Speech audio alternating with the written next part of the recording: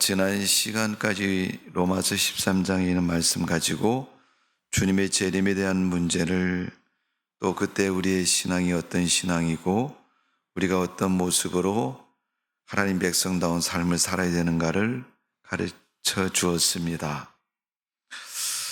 신앙은 하나님 말씀이 기준입니다.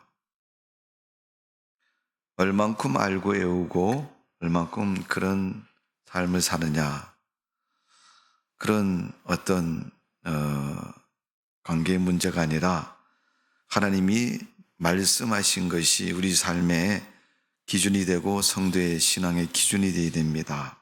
그래서 하나님 말씀은 맞는가 틀리는가를 재보는 게 아니에요. 헤아려 보는 게 아니라는 겁니다. 왜? 하나님은 진리이시고 그분은 다 맞기 때문에. 다만 우리가 기억해야 할 것은 하나님의 말씀을 지키느냐 안 지키느냐, 그것도 내 스스로 내가 하나님의 말씀을 얼만큼 지키느냐 하는 것에 대해서 자기 평가, 또 자기 헤아림이 있어야 됩니다. 그래서 믿음에 대해서 우리가 생각하고 신앙으로 살아가야 됩니다. 그래서 로마서 13장에 있는 말씀을 가지고 재림에 대한 이야기 말씀을 드렸고, 그 후의 이야기는 14장의 이야기인데, 로마서 14장은 하나님을 믿는 성도들이 교회 안에서 세상 가운데서 꼭 지켜야 할 두 가지를 말합니다.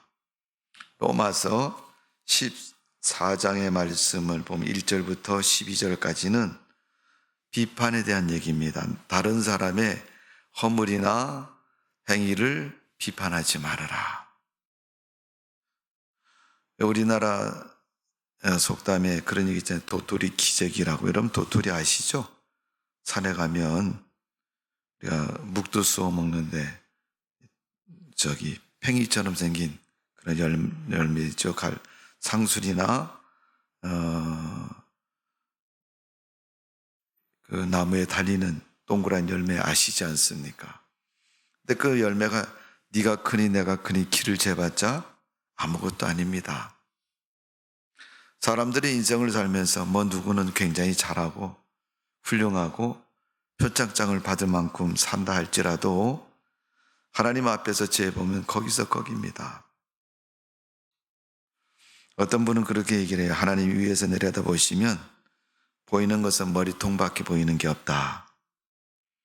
그러니까 자기의 존재감을 드러내려면 머리가 크든지, 키 큰 거는 별로 표시가 안 나는데 위에서 보니까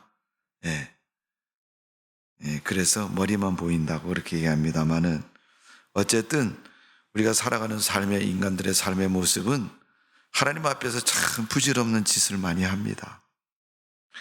자기 생각과 기준에 맞춰서 이게 좋겠다, 이게 정확하고 이것이 뛰어나고 좋다라고 생각하고 그렇게 하지만은 실질적으로 하나님 앞에서 보면 아무것도 아닙니다. 우리나라 시조에도 있잖아요. 태산이 높다 하되 하늘 아래 매이로다.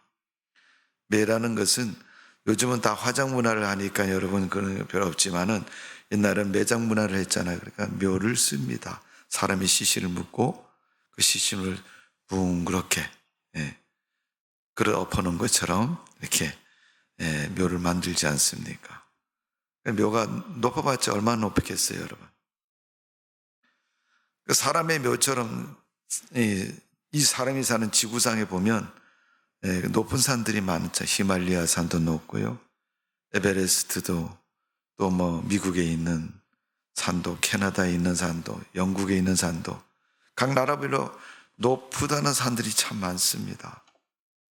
우리나라도 여러분 북한 지역에 있는 백두산, 남쪽에는 제주도에 있는 한라산, 높지 않습니까? 그러니까 그렇게 높은 산도 하늘에서 내려다보면 별거 아니라는 거예요. 그냥 그릇 하나 엎어놓은 것 정도, 그런 수준에 불과하다는 겁니다. 그러니까 하나님은 하나님 만드신 피조물, 근데 우리 인간들은 그 하나님이 만든 그 묘와 같은 그런 산을 올라가고 나서 만세 부르고 내가 이 높은 곳에 올라왔다고, 세계 최초로 올라왔다고, 또 그것도 올라가다가 여러분 잘못돼서 죽는 사람도 얼마나 많습니까? 그렇게 인간이 수고하고 노력하고 자랑하지만은 하나님의 권능 앞에서는 아무것도 아닌 거예요. 그러니까 감히 그런 사람이 하나님의 말씀을 그게 맞는가 틀리는가 그러니까 논할 수 있느냐, 말이 안 되는 거죠. 오늘 우리가 하나님이 진리이심으로 진리이신 하나님을 믿고 순종하는 믿음으로 사는 성도가 되시기를 주님의 이름으로 축원합니다. 그러니까 여러분, 비판에 대해서 말하면 절대 비판하지 말라. 이게 예수님의 복음서에도 보면 많이 등장을 합니다. 그리고 13절 이하에 보면 한 교회 다니고 함께 사는 인생들 가운데서 그 사람과 사람 사이에서 꺼리끼는 일을 하지 말아라. 누가 봐도 그건 나쁜 일이 하지 말아야 할 일이야. 그럼 하지 말아야 되는. 그걸 해서 악한 영향을 많이 주면 하지 말아야 돼. 선하고 좋은 영향력을 준다면 모를까, 그렇지 않으면 여러분, 선하고 좋은 영향력도요 그렇게 100% 좋은 것이다 이렇게 말할 수 없어요. 왜냐하면 어느 한편이 없기 때문에 한편만 있는, 선이라는 한편만 있는 그러한 모습에서는요 편향적인 삶이 되는 거예요. 음양이 또 높고 낮음이 함께 어우러져서 비교도 되고 또 대칭도 되면서 참되고 좋은 것이 무언가를 가르쳐주고 있는 겁니다. 그래서 하나님은 하나님의 사람들이 하나님 믿고 세상을 살면서 같은 신앙의 그 믿음의 성도들에게 어떻게 살 것을 교훈하고 있어요. 뿐만 아니라 이거는 하나님 나라인 천국에 대한 이야기를 말씀하시고 나서 그 천국이 주님이 세상에 오심으로 이 세상의 천국이 이루어진다는 그러한 전제를 제시하시며 하신 말씀입니다. 그러니까 너희가 사는 이 세상은 하나님이 계시면 천국인데 하나님이 계시지 않기 때문에 지옥과 멸망이고 화 있을진저라고 성경에 표현한 것처럼 그런 모습이 된다는 것을 말씀하고 있습니다. 사람이 세상을 살다 그러죠. 좋을 때는 한없이 좋지만은 안 좋을 때는요 세상 사는 것이 지옥이라고 얘기를 합니다. 그 문화와 삶은 누가 만든? 사람이 만든 거죠. 아니, 하나님이 세상을 만드셨는데 그게 무슨 말씀이세요? 하나님 만든 세상은 그런 세상이 아닙니다. 오늘 로마서 이제 15장으로 넘어오면 하나님은 이제 그렇게 시작합니다. 자, 1절을 보세요. 믿음이 강한 우리는 마땅히 믿음이 약한 자의 약점을 담당하고 네가 좀 도와주든지 맡든지 책임을 지든지 하라는 거예요. 믿음이 강한 자가. 그래서 로마서 15장에 오늘 주님이 우리에게 말씀하는 것은 네가 저 사람보다 낫고 강하고 훌륭하고 힘세고 또 오래 살았고 또 가진 것이 많고 인생을 살아가는데 누구보다도 더 좋으면 네가 해야 될 일이 있다는 거예요.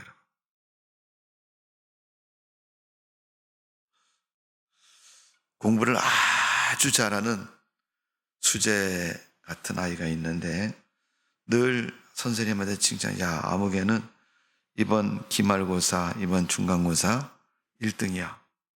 평균 98점. 친구들이 와,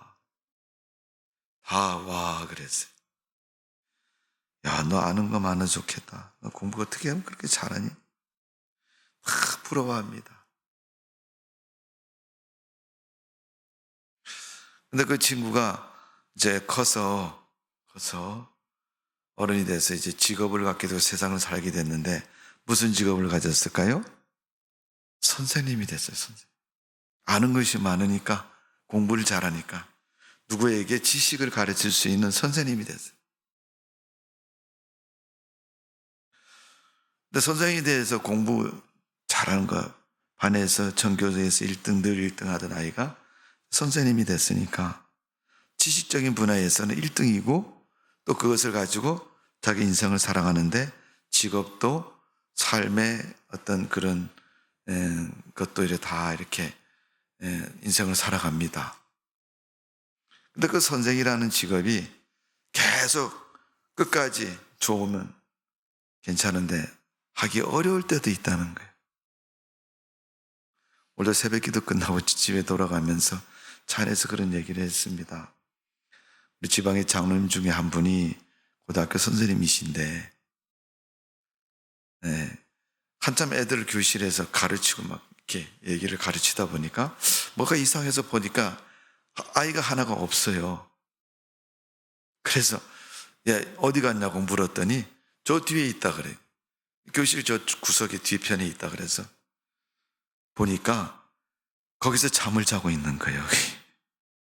수업 시간에 자기 졸려서 도저히 수업을 못한다 그래서 거기서 자고 있는. 그 선생님이 그랬대요. 아유, 그 자는 놈 깨워와서 어째 그게 뭐 머릿속에 들어오겠어요. 비몽사몽간에. 그러니까 그냥 푹 자라고. 네. 선생님이 비닐을 덮고 자고 있는 보고 돗자리 같은 걸 이렇게 덮어줬대요. 그랬더니 한 녀석이 손을 먼저 들어 선생님 나도 졸려서 죽겠는데 가서 자면 안 되냐.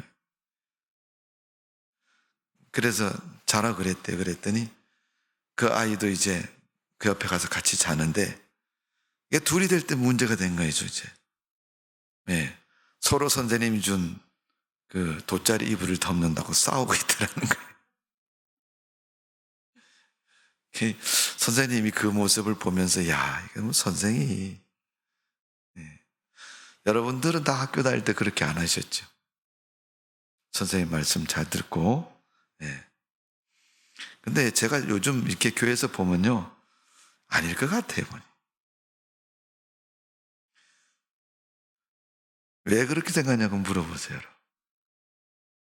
제가 그렇게 생각하는 거는요, 제 개인적인 생각이지만, 지금 여러분들이 말을 듣는 거 보니까, 어렸을 때 선생님 말 잘 안 들었을 것 같아요. 요새 교회에서 목사님 말 잘 안 듣잖아요, 그죠? 네. 그러니까 여러분, 우리가 사는 삶이라는 게, 참 절대적인 것이 인간 사이에서는 없습니다. 옛날에는 그 직업이나 그 일이 좋다고 얘기했는데, 시간이 지나고 때가 지나고 환경이 바뀌어지면서 달라질 수도 있는 것이 사람들의 삶의 모습입니다. 믿음의 삶도 그렇습니다. 은혜 받고 기도하고 열심을 다하는 말, 이제 우리 한국식 표현으로 얘기하면 불붙은 신앙이라고 하죠. 불붙은 신앙. 믿음에 불이 붙어 있는 신앙. 예. 여러분, 초가집에 불 붙어 보세요. 홀라당 다 타버리잖아요. 초등학교 다닐 때 불난 집 몇 번 봤습니다만은 사람이 걷잡을 수 없습니다. 산불이 나도 여러분 산에 불이 타면요. 불 끄기 쉽지 않아요. 그냥 몇 며칠을 탑니다. 네. 그렇게 그게 어려운 그런 신앙을 갖고 있는 사람도요. 그런 신앙에서 계속 죽을 때까지 그 신앙이 있으면 얼마나 좋겠어. 그런데 그렇지 않다는 겁니다. 사도 바울은 로마 교회 성도들에게 하나님의 은혜를 받고 처음 믿음을 가지고 불타는 믿음을 가지고 하나님 믿고 섬기는 그들에게 성도들에게 말씀하고 있는 겁니다. 로마서 14장의 말씀은 내가 해서 신앙의 긍정적인 게 아니라 부정적인 것이 되고 내 신앙을 갉아먹는 일을 하고 내 믿음의 삶을 황폐화시키고 무너뜨리게 만들고 또 하나님을 믿는 믿음에서 떠나게 만드는 그런 일들을 하지 말라는 거죠. 이게 로마서 14장에 있는 말씀입니다. 굳이 여러분 제가 설명 안 해도 여러분 잘 아실 거예요. 성경에서 누누이 들었을 겁니다. 굳이 하나님 말씀에 비교하지 않아도 우리는 세상을 살면서 사람에게는 하나님이 사람을 지을 때 하나님의 형상대로 지으셨다 그랬어요. 그 하나님의 형상, 하나님의 마음, 하나님의 선하심이 우리 인간 속에 있습니다. 그러니까 여러분 어디서 배우지 않고 가르쳐주지 않아도요. 이건 나쁜 일이라고 생각이 되는 거는요.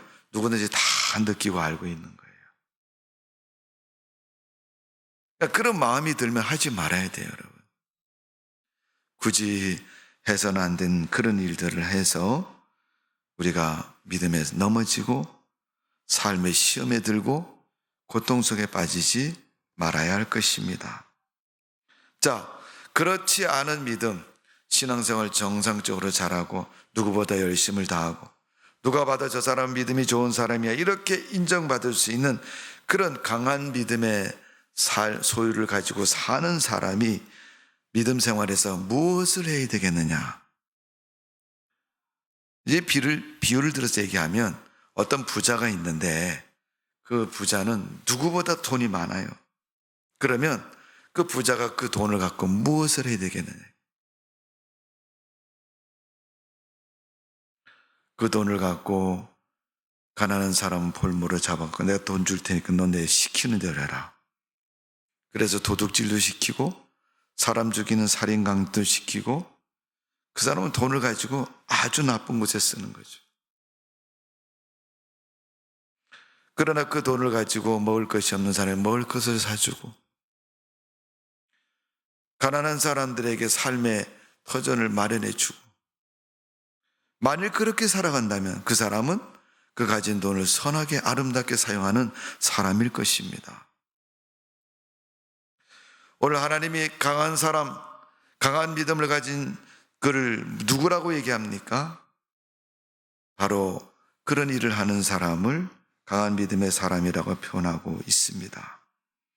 하나님은 세상을 만드실 때 공평하게 만드셨어요. 그러나 공평한 그 세상이 사람들이 살면서부터 그 사람들이 세상을 기울어지게 만들었어요. 욕심을 내고 시기를 내고. 그러니까 그리스도인의 소유 개념은 내게 필요한 것을 갖는 것이 소유의 개념이에요. 내가 만일 들어서 필요한 것이 5개다. 그럼 5개 갖는 것이 정상이고 하나님이 원하는 삶의 모습입니다. 여러분 이건 하나님의 창조와 관련되어 있는 거기 때문에 잘 들으셔야 돼요. 하나님 세상을 창조하실 때 결코 여러분 세상의 것이 부패하도록 만드시지 않으셨어요. 항상 필요하게 만드셨고 생명 있게 만드셨어요. 그게 하나님의 창조의 원리고 근본입니다. 그런데 하나님이 세상에 필요한 게 보니까 5개 필요하다. 그럼 5개 주시는 거예요. 5개를 줬더니 똑같이 잘 나누어서 분배해서 먹으면 아무도 힘들지도 않고 배고프지도 않고 아무도 고통스럽지 않고 편안하게 살아갈 수 있어요. 그런데 실질적으로 우리 사람들의 사는 삶의 모습을 보면 그렇지 않죠? 누구는 살 빼야 된다고 날마다 뛰어다니는 사람이 있는가 하면 누구는 뛰어날 필요도 없습니다. 힘이 없어서 뛰어다닐 기운도 없습니다. 제대로 먹지 못해서 뼈가 앙상하게 드러나고 언제 죽을지 모르는 그런 사지를 헤매는 그런 인생을 사는 사람들도 있습니다. 그럼 한쪽은 남는 것이고 한쪽은 모자른 거 아니에요? 그걸 누가 만든? 사람들이 살면서 만든 거죠. 하나님은 그렇게 주시지 않았습니다. 그러니까 교회 다니는 사람도요, 뭐가 형통하고자 아이고 하나님 감사합니다. 축복해 주셔서 고맙습니다. 그 말을 하지 말라는 것은 아니지만 그렇게 생각하지 말라는 거예요. 오늘 로마서 15장에 강한 자가 믿음이 강한 사람이 우리 마땅히 믿음이 약한 자의 약점을 담당하고 담당하라는 거예요. 2절에서는 각 사람이 이웃을 기쁘게 하되 선을 이루고 덕을 세우도록 할지니라. 이웃을 기쁘게 하라는 거예요. 나도 신경질 나 죽겠는데 저 사람을 왜 내가 기쁘게 하냐고. 가만히 봤더니 그 사람을 기쁘게 하는 모습을 터득하고 알게 되었는데 쟤는 아이스크림만 사주면 좋아해. 1개 사줬을 때보다 2개 사주면 더 좋아해. 그래서 맨날 아이스크림 사줍니다. 그럼 뭐가 들어가요? 돈이 들어갈 거 아니에요. 돈이 점점 줄어들면 위기의식을 느끼고 생각을 바꿉니다. 야, 이렇게 주다가는 내가 굶어 죽겠다. 아껴야지. 아니면 더 많이 벌어야지. 둘 중에 하나를 택하는 겁니다. 그래서 더 많은 것을 벌려고 생각하다 보니까 삶이나 모든 방식과 모든 면에서 무리를 가져오게 되고 부정적인 방법을 사용합니다. 정상적인 방법으로 살아오다가 욕심을 내서 더 많은 것을 얻으려고 하니까 어떻게, 모으려고 하니까 어떻게 해요? 순리대로 하는 것이 아니라 자기의 방법과 자기의 꾀를 사용해서 그런 일을 벌이기 시작합니다. 오늘 성경은 하나님께서 말씀하고 있습니다. 믿음에서나 일반적인 모든 삶에서나 세상 가운데서나 네가 큰 자고 소유자라고 생각이 되면 너보다 못한 사람들을 불쌍히 여기고 궁히 여기면 내 손길이 꼭 필요한 사람들에게 담당하고 나누어주고 함께하라는 것입니다. 그게 내 것을 갖고 내가 먹는 삶보다 더 크고 풍성한 삶을 살 수 있는 비결이라고 가르쳐주고 있는 것입니다. 그래서 오늘 본문에 보면 우리의 믿음이 강한 사람은 어떻게 살아야 되느냐? 덕을 끼치는 삶을 살아야 된다. 주님이 명령하신 그 말씀을 지키며 살아가야 된다고 말하고 있습니다. 그래서 첫 번째로 그에게 말한 것이 믿음이 약한 자의 약점을 네가 감당해라. 저 사람하고 나하고 무슨 상관인데 하나님 나보고 감당하라고 얘기하십니까? 사촌도 아니고 팔촌도 아니고 남남인데.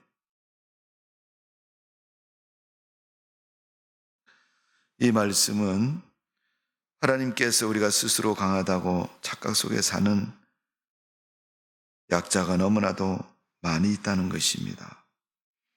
여러분, 신앙세계에는 제일 높으신 분이 하나님이시고 우리는 그의 백성인 것입니다. 그렇지만 하나님의 은혜를 받아 사는 성도는 하나님의 은혜를 받을 때마다 풍성한 것이고 강한 자가 되고 거대한 자가 되는 것입니다.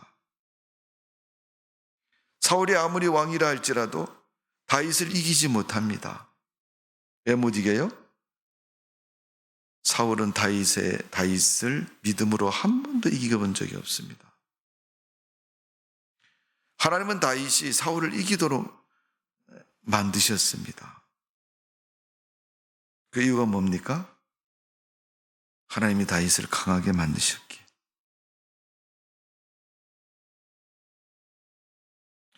제가 작년도에 우리 교회 표를 성경에서 인용해서 했었죠. 하나님과 함께 하신 예루살렘 점점 강하게 됐다. 역대상 11장에는 말씀, 다윗에게 한 말입니다. 하나님이 다윗과 함께 하니까 점점 다윗이 어때요? 강한 사람이다. 왕인 사울도 이기지 못하는 사람. 특별 계략과 계책을 가지고 다윗을 죽이려고 쫓아다니지만 못 죽인 것입니다. 오늘 하나님은 세상 가운데서 정말로 강한 사람은 약한 사람을 많이 품고 그들과 함께하는 사람이 진정으로 강한 사람이다. 믿음의 사람이다. 그렇게 말하고 있습니다. 신앙이 병들고 흔들리기 쉬운 이때 우리를 반드시 붙들어 주셔야 우리는 그 삶을 기쁨으로 살아갈 수가 있습니다. 믿음의 특별한 능력을 가진 자라야 하는 것이 아니라 하나님께서 우리를 강하게 만드시면 강한 자가 되는 줄로 믿습니다. 그러나 사람들은 하나님이 그렇게 만들어줬던, 누가 나에게 도움을 주었던 어떤 이유에든 내가 강한 사람이 되면 약한 사람을 짓누르고 죽이려고 하고 있습니다. 그래서 성경은 진정으로 진리를 믿고 하나님의 뜻대로 사는 사람은 그렇게 사는 게 아니다.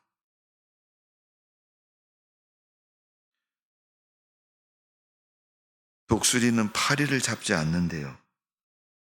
여러분, 독수리가 파리 잡아먹으면 배부를까요?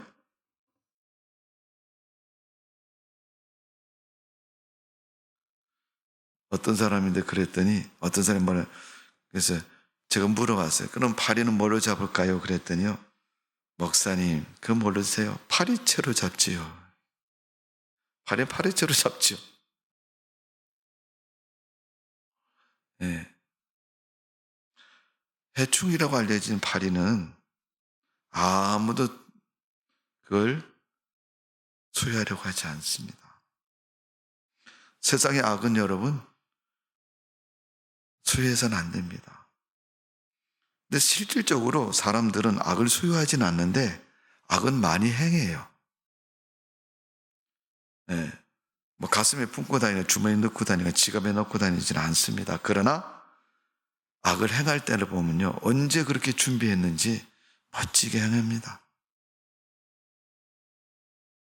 좋은 것을 연습을 많이 해야 되고 뜸을 들여야 되고 또 그것을 하면 내게 어떤 결론을 얻을까 다 계산해보고 선을 행합니다.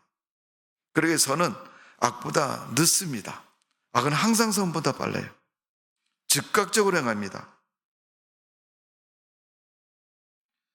예수님 십자가에 죽으시면서 화평의 축복을 제자들에게 이 땅에 남기셨습니다. 예수님께서 우리에게 주신 화평과 그 은혜는 당신의 유익을 위해서 그렇게 한 것이 아닙니다. 여러분, 예수님이 십자가에 죽었다고 해서 표창장 받은 것도 아니고 누가 박수 쳐준 것도 아닙니다. 오히려 자기도 죽을까 봐 다 도망갔던 것이 골고다 언덕의 모습입니다. 그럼에도 예수님은 왜 그 십자가의 죽음의 길을 선택했을까요? 그것은 하나님의 뜻이기 때문에 그 길을 마다하지 않고 선택했던 것입니다. 가브리엘 천사가 마리아를 찾아와서 그럽니다. 마리아야, 누구십니까? 나는 하나님이 보낸 가브리엘이다. 어머, 그러세요. 머리를 조아리고 아브라함 때처럼 표현한다면 집에 있는 양을 잡아서 맛있는 음식을 대접해 드리면서 들어오세요. 발을 씻겨드리고 맛있는 음식으로 식욕을 평정한 후에 어쩐 일로 우리 집에 이렇게 오셨습니까?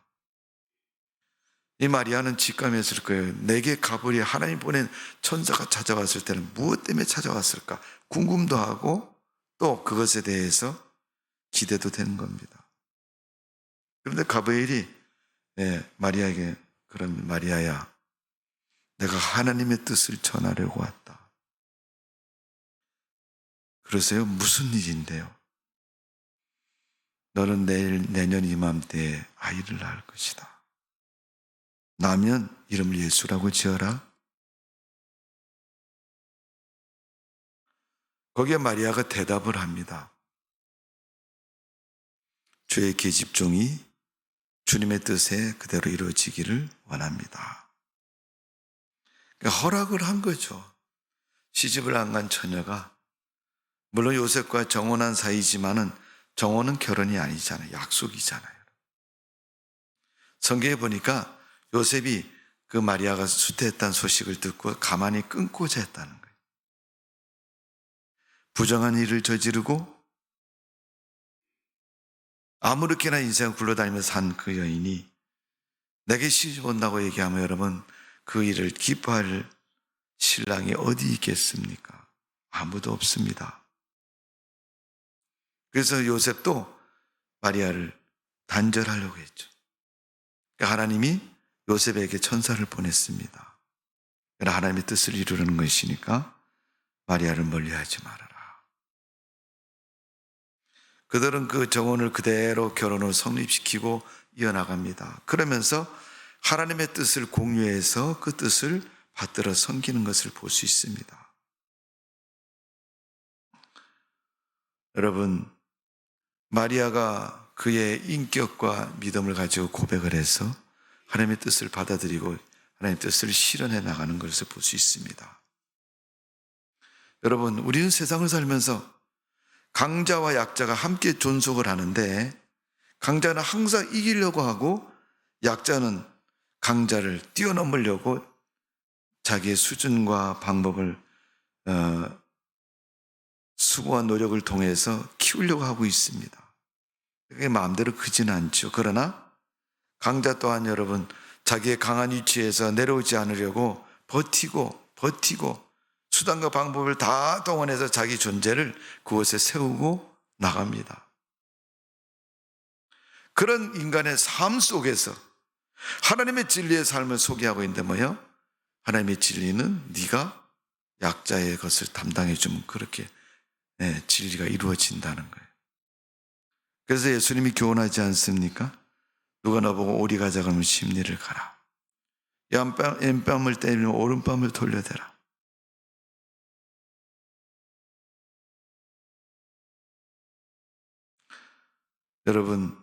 여러분이 가진 소유나 여러분이 가진 믿음이나 하나님의 진리의 말씀을 그렇게 받고 살아가는 성도가 되시기를 바랍니다.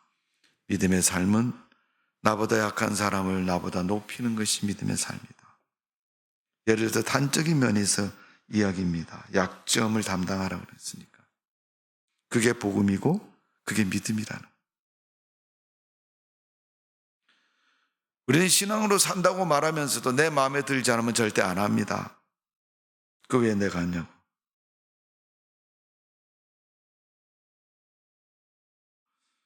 사람들은 강자로 살기를 원합니다. 그러나 그 강자가 약자를 담당하는 것이 하나님의 뜻이고 하나님의 삶의 방식이고 하나님을 원하는 일이라면 우리는 그것을 정말 잘 감당할 수 있겠느냐 하는 거죠. 오늘 여러분, 사람들은 그럽니다. 내 것을 갖고 내가 쓰는데 네가 무슨 상관이냐. 내가 이렇게 강한 것도 내가 얼마나 이렇게 존재가 되기 위해서 얼마나 힘썼는지 아느냐. 사람들은 믿음의 삶조차도 내가 원하는 만족으로 다 마칩니다. 강한 자로 살지 않았던 북이스라엘의 악한 왕이란 아합은 자기의 왕의 권력을 사용해서 자기 신하의 좋은 포도원을 빼앗습니다. 다윗은 우리아의 아내를 자기 아내로 취합니다. 수단과 방법을 가리지 않고 자기에게 있는 힘을 사용해서 그런 일을 합니다. 그때 다윗과 아합의 다른 점이 뭡니까? 아합은 나라가 망해도 우상숭배의 늪에서 벗어나지를 않습니다. 그 믿음이 없기 때문에, 불신자이기 때문에. 다윗은 남의 아내를 빼앗은 후에 하나님 앞에 무릎 꿇고 회개하면서 돌이켜서 새로운 삶을 살아갑니다. 그러게 하나님 다윗을 이스라엘 왕으로 세우셨습니다. 우리는 죄를 안 범하고 나쁜 짓을 안 하고 누구에게 악한 영향을 끼치지 않고 살면 잘한 것이고 강한 삶이고 그런 삶을 살아야 된다고 서로 이야기할 것입니다. 그러나 하나님은 일찍이 우리 인간을 너무나도 잘 아시기 때문에 아담에게 가죽 옷을 입힌 것처럼 우리 인생이 죄를 범하지 않고 악한 것에서 사는 것을 바라기보다는 오히려 그가 행한 악을 하나님 앞에 내어놓고 하나님 내가 이런 일을 했습니다. 용서해 주세요. 이 모습을 하나님은 더 기뻐하시고 그런 존재가 되기를 원하고 계시는 겁니다. 그래서 하나님께서는 그런 사람들에게 은혜를 주신 거예요. 그 계명에 있는 나쁜 짓을 한 다윗도 왜 하나님의 은혜를 입어서 이스라엘 왕으로 40년 동안 그 나라를 굳건하게 세우고 다스리게 합니까? 왕이라고 명령한다고 다 되는 건 아니잖아요. 다윗은 전쟁에 수없이 나가 싸웁니다. 그때마다 승리케 해주셨어요. 강자가 사는 삶의 방식은 약자를 생각하는 삶을 살아야 되고 그들을 기쁘게 하는 삶을 살아야 된다고 가르쳐주고 있습니다. 마태복음 1장 21절에 보면 하나님의 의를 이루기 위하여 인간 세례 요한이 요단강에서 예수님은 세례를 받으셨습니다. 왜? 세례요한과 예수님 비교하면요, 비교가 되지 않잖아요. 예수님의 3년 공생애 동안의 그 사역은요, 누구도 흉내낼 수 없는 놀라운 사역입니다. 어떻게 표현하면 날마다 불이 떨어지는 사역이었어요. 거라사 지방에 가도, 또 갈릴리 바다에 가셔도, 데가볼리에 가셔도, 예루살렘에 가셔도, 저 남쪽인 블레셋 지경에 가셔도 예수님 가는 곳마다 막을 자가 없었고 또 예수님의 사역을 방해할 자가 없었습니다. 그럼에도 예수님께서는 하나님의 의를 이루기 위해서 그렇게 했다는 거예요. 근데 마태복음 3장에서는 어떻게 해요? 세례받으러 가신 거예요.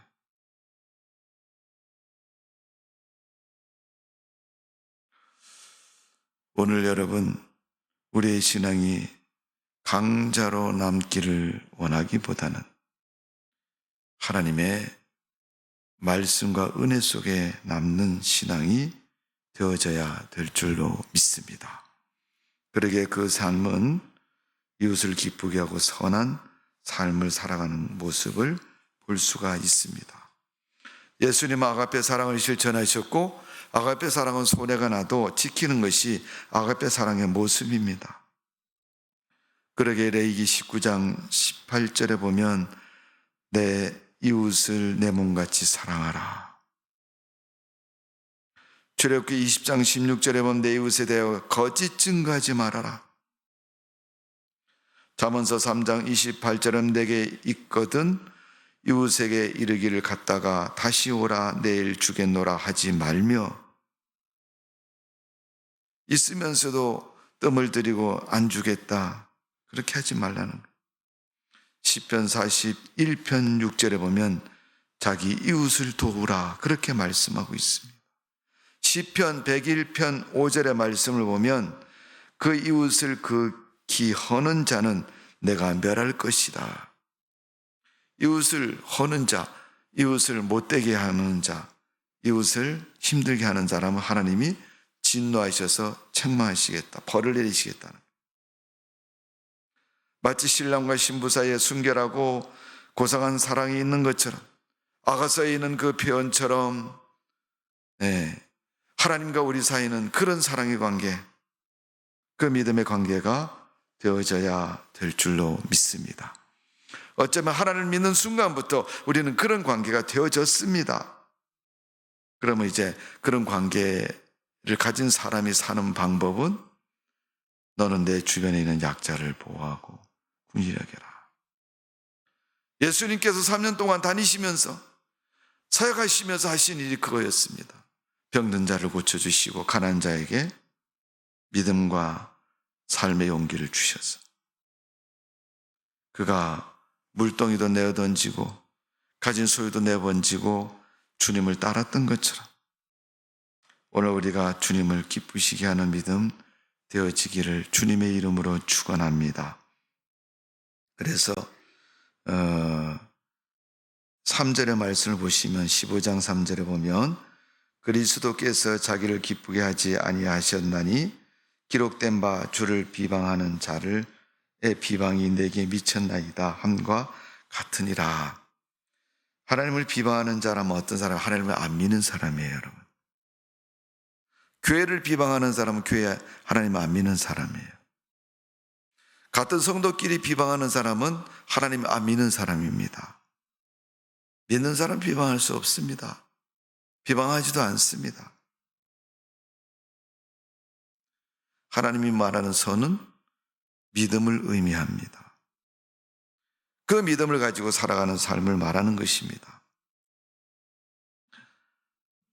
신랑이 신부를 선택할 때 무엇을 보고 선택했을까요? 가장 중요한 이유는 그가 자기 마음에 드니까 선택. 하나님이 다윗을 선택할 때 어떻게 선택했어요? 마음에 합한 자라고 사도행전 또 구약에 보면 나단 선지자를 통해서 그렇게 말씀하셨습니다. 그렇다면 내가 하나님의 그 사랑 때문에 선택이 돼서 하나님의 사랑을 입고 사는 성도가 되었으면 우리는 하나님 말씀대로 살고 하나님 뜻대로 살아야 되잖아요. 내가 주님께로부터 받은 그 사랑처럼 우리도 사랑을 실천하고 세상 가운데서 그렇게 살아가야 되는 것입니다. 그게 정말로 강한 사람의 삶인 것이고, 그렇게 사는 사람 하나님이 축복하시고 들어 쓰신다는 것을 우리는 반드시 기억해야 될 줄로 믿습니다. 잠언서 27장 10절에 보면 어느 누구도 이웃 없이는 살아갈 수 없는데 먼 친척보다 나은 가까운 이웃이라고 표현하고 있습니다. 그저 쉽게 날마다 얼굴 보고 대하는, 그가 내 형제의 핏줄이 멀리 있는 사람, 1년에 한 번 정도 만나는 그런 사람보다 훨씬 낫다는 거예요. 그래서 가까운 이웃이 낫다고 얘기하잖아요. 오늘 주님은 우리가 귀중하고 소중합니다. 그러기에 사랑해 주셨고, 그 주님께로부터 받은 그 사랑을 가지고 세상 가운데서 그런 믿음으로 살기를 원하고 계시는 겁니다. 그러니까 주님은 성도를 너는 세상에서 강한 사람이야. 그를 통해서 하나님의 거룩한 뜻을 날마다 이루시고 원하시는 그 뜻을 이루어 나가시는 분이 주님이십니다.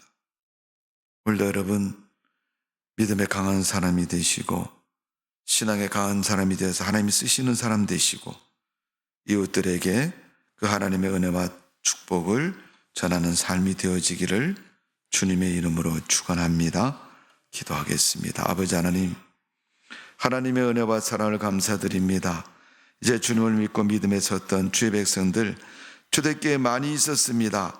바울이 그들을 이름을 언급하면서 고린도 교회는, 빌립보 교회는, 에베소 교회는 신앙에 대표할 만한 믿음의 지도자들, 또 믿음의 사람들을 칭찬하고 있습니다.